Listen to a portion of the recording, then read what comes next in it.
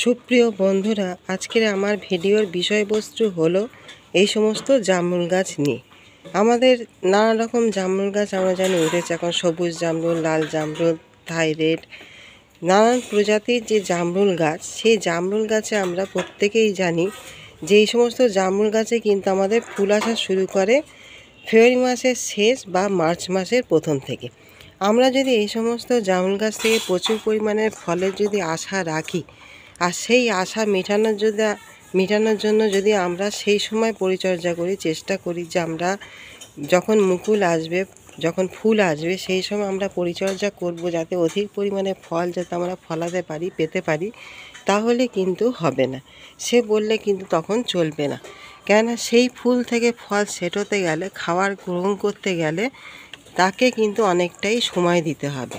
তখন সেই সময় তার কাছে কিন্তু থাকবে না ফলগুলো সেট করার জন্য। সেই জন্য পুরো পরিচর্যা কিন্তু আমরা যেরকম এখন থেকে যেরকম আম গাছ, লেবু গাছের মুকুল আসার আগেই যেরকম পরিচর্যা শুরু করে দিয়েছি, যাতে অধিক পরিমাণ ফুল বা মুকুল সেখান থেকে পেতে পারি এবং সেই ফুল থেকে যাতে আমাদের প্রচুর পরিমাণে ফল যাতে সেট হয়, তার জন্য যেরকম আমরা চেষ্টা করছি, সেম একই কাজ কিন্তু আমাদের জামরুল গাছের ক্ষেত্রেও কিন্তু করতে হবে। তবেই কিন্তু আমরা প্রচুর পরিমাণ কিন্তু ফলের আশা কিন্তু রাখতে পারব। আমরা এখন থেকে যদি সঠিকভাবে ট্রিটমেন্ট করতে পারি, সঠিকভাবে খাবার দিতে পারি, পরিচর্যা বা যত্ন যেটাই হোক না কেন যদি সঠিকভাবে করতে পারি, তবে গাছটা কিন্তু সিজনের জন্য পুরোপুরি কিন্তু রেডি হয়ে যাবে, নিজেকে সে কিন্তু পুরোপুরি তৈরি করে নেবে। তবেই কিন্তু একটা ফল কিন্তু আমরা আশা করতে পারবো এই গাছগুলো থেকে। সেই বিষয় নিয়ে আজকে বন্ধুরা আমার এই ভিডিও, যে আমরা জামরুল গাছের কি খাবার দেবো, কি পরিচর্যা করব, কি যত্ন নেব এবং কিভাবে আমরা স্টেপ বাই স্টেপ আমরা এই গাছগুলিকে পুরোপুরিভাবে যাতে কেয়ার করতে পারবো, সেই নিয়ে আজকে আমার ভিডিও।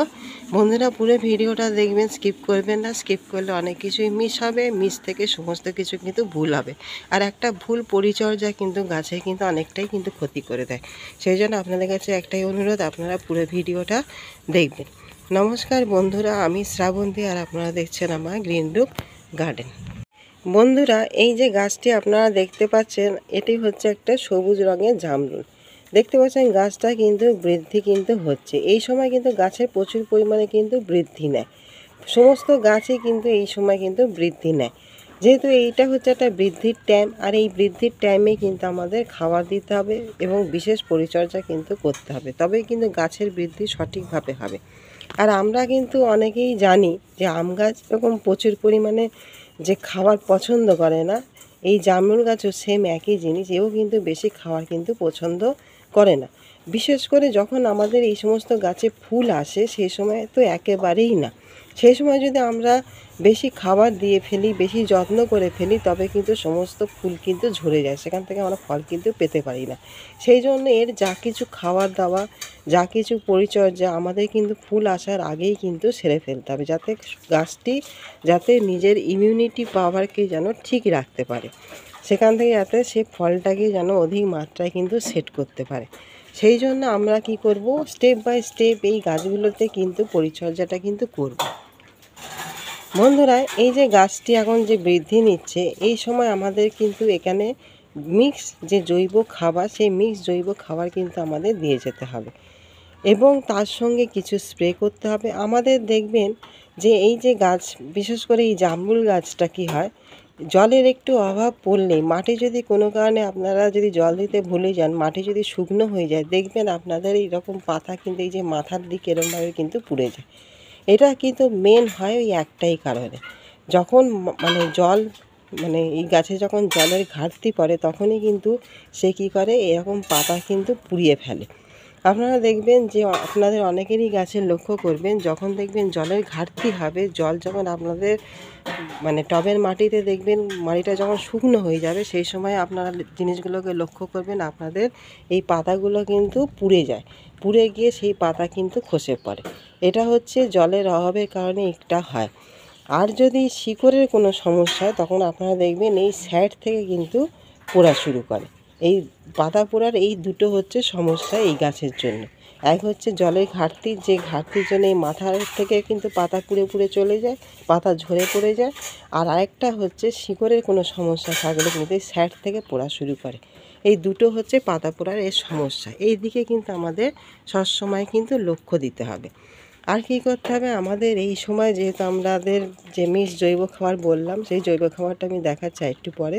তার আগে কিছু কাজ আমি আপনাদের বলে দিই, যে আপনারা একটা ভালো মানের কিন্তু মাইক্রোনিউট্রিয়েন্ট, যেটা অ্যাগ্রোমিন গোল্ড, বায়োভিটা এক্স, বায়োমিজাইম, যেটাই থাকুক না কেন আপনাদের কাছে, যে কোনো মাইক্রোনিউট্রিয়েন্ট আপনারা কিন্তু মাসে একবার স্প্রে করবেন।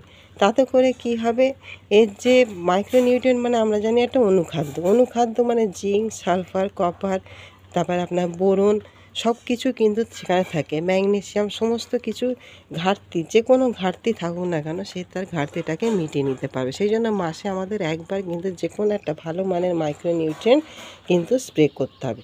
এই গাছে কিন্তু আমাদের পোকামাকড়ের সমস্যা কিন্তু হয় না, সেই জন্য আমাদের এখানে ইনসেকটিসাইড দেওয়া কিন্তু কোনো প্রয়োজন নেই।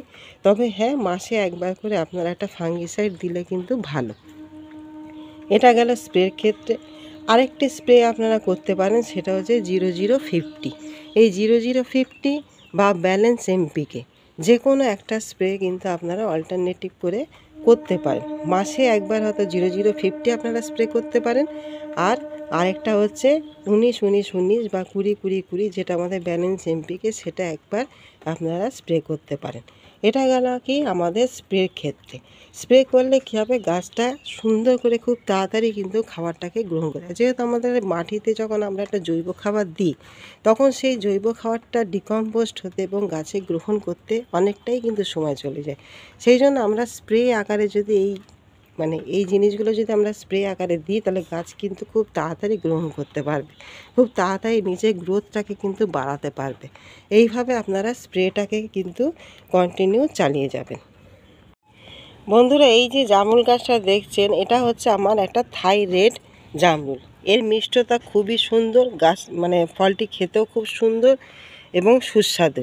এই ভ্যারাইটিটা খুবই ভালো, পুরো লাল রঙের হয়ে থাকে এবং তার ভেতরটাও কোনো দানা থাকে না, একদম পুরোপুরি কিন্তু পুষ্ট থাকে।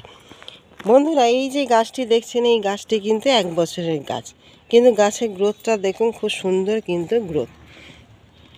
আমি এবারে আপনাদের দেখাবো যে কি খাবার কিন্তু আপনারা প্রয়োগ করবেন।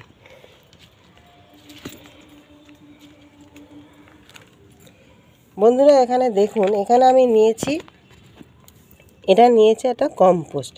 আপনারা যে কোনো কম্পোস্ট, যেটাই আপনাদের হাতে ধারে থাকুন না কেন, সে ভার্মি হতে পারে বা কাউডাম হতে পারে বা লিফ কম্পোস্ট হতে পারে, যে কোনো কম্পোস্ট আপনারা এখানে 1 মুঠো পরিমাণ নিয়ে নেবেন।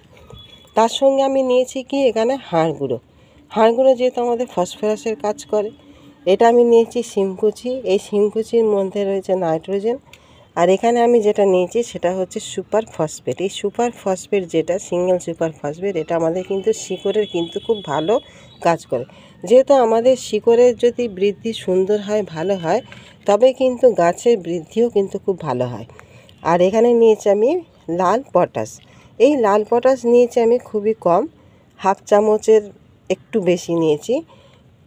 কেননা এই যে লাল যে পটাশ, এই পটাশ হচ্ছে কি, যে আমাদের একধারে তো ফুল আনতে প্রচুর পরিমাণে সাহায্য করে, কিন্তু দ্বিতীয় যে সাহায্য, যেটা সবথেকে বড় ভূমিকা নেয় কি না, গাছকে শক্তিশালী করে তোলা, তার ইমিউনিটি পাওয়ারকে যেরকম বৃদ্ধি করে, এবং তার যে রোগ প্রতিরোধ যে ক্ষমতা, সেই রোগ প্রতিরোধ ক্ষমতাও তাকে কিন্তু বাড়িয়ে তোলে।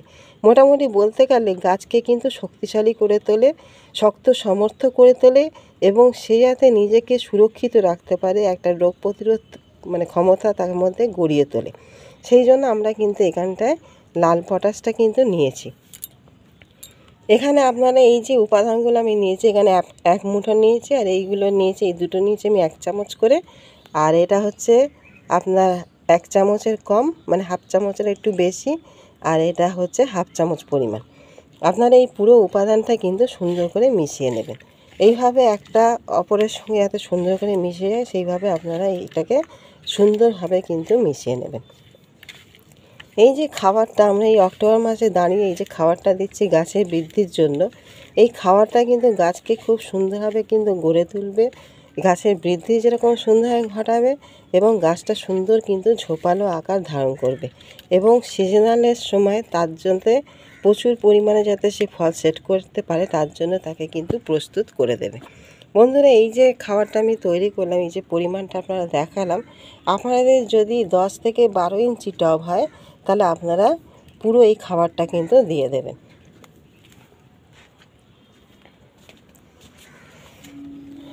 বন্ধুরা, এখানে দেখতে পাচ্ছেন আমার এটা হচ্ছে একটা গামলায় বসানো, যে ছোট যে কালো গামলাগুলো থাকে। আপনারা যখন খাবারটা দেবেন এইভাবে সুন্দর করে কিন্তু পুরোপুরি পরিষ্কার করে নেবেন এবং কোনো রকম আগাছা থাকলে সেই আগাছাগুলো পরিষ্কার করে দেবেন। কেন আগাছা থাকা মানে গাছের যে খাবার আমরা প্রদান করে থাকি সেই খাবারগুলো কিন্তু তারা অধিকাংশে কিন্তু নিয়ে নেয়, ফলে আমাদের গাছটা কিন্তু পুরো সেই খাবারটাকে গ্রহণ করতে কিন্তু পারে না। আমরা কি করব, এইভাবে নেব, নিয়ে একদম যখনই আপনারা খাবার দেবেন একদম টবের কিনারা বরাবর এইভাবে কিন্তু দিয়ে দেবেন। এইভাবে আপনারা টবের কিনারা বরাবর দিয়ে দেবেন। এইভাবে খাবারটা দিয়ে দেবেন, দিয়ে দিলে আর আপনাদের কিছু করতে হবে না। তাহলে বন্ধুরা, বুঝতে পেরেছেন আপনারা কিভাবে খাবার প্রদান করবেন। এই যে খাবারটা আমি দিলাম, এই খাবারটা গাছ ধীরে ধীরে কিন্তু গ্রহণ করবে এবং যেটা স্প্রে আকারে করবেন সেটা কিন্তু গাছ খুব তাড়াতাড়ি সেটাকে গ্রহণ করতে পারবে। তাতে করে দেখবেন গাছটা সুন্দরভাবে বেড়ে উঠবে এবং সিজনে গিয়ে আপনারা প্রচুর পরিমাণে ফলের কিন্তু সেখান থেকে আশা রাখতে পারেন। তাহলে বন্ধুরা, আশা করি পুরো ভিডিওটা আপনারা বুঝতে পেরেছেন, জানতে পেরেছেন, আর অবশ্যই আপনাদের কাজে আসবে। ভিডিওটি ভালো লাগলে অবশ্যই বন্ধুরা, আমার নতুন বন্ধু হলে অবশ্যই একটা সাবস্ক্রাইব করবেন, করে আমার চ্যানেলের পাশে থাকবেন। আর আমাদের পুরনো ভিউয়ার্স হলে একটা লাইক কমেন্ট করতে কিন্তু ভুলবেন না। তাহলে বন্ধুরা, এতক্ষণ ভিডিওটা দেখার জন্য আপনাদের সবাইকে জানাই অসংখ্য ধন্যবাদ।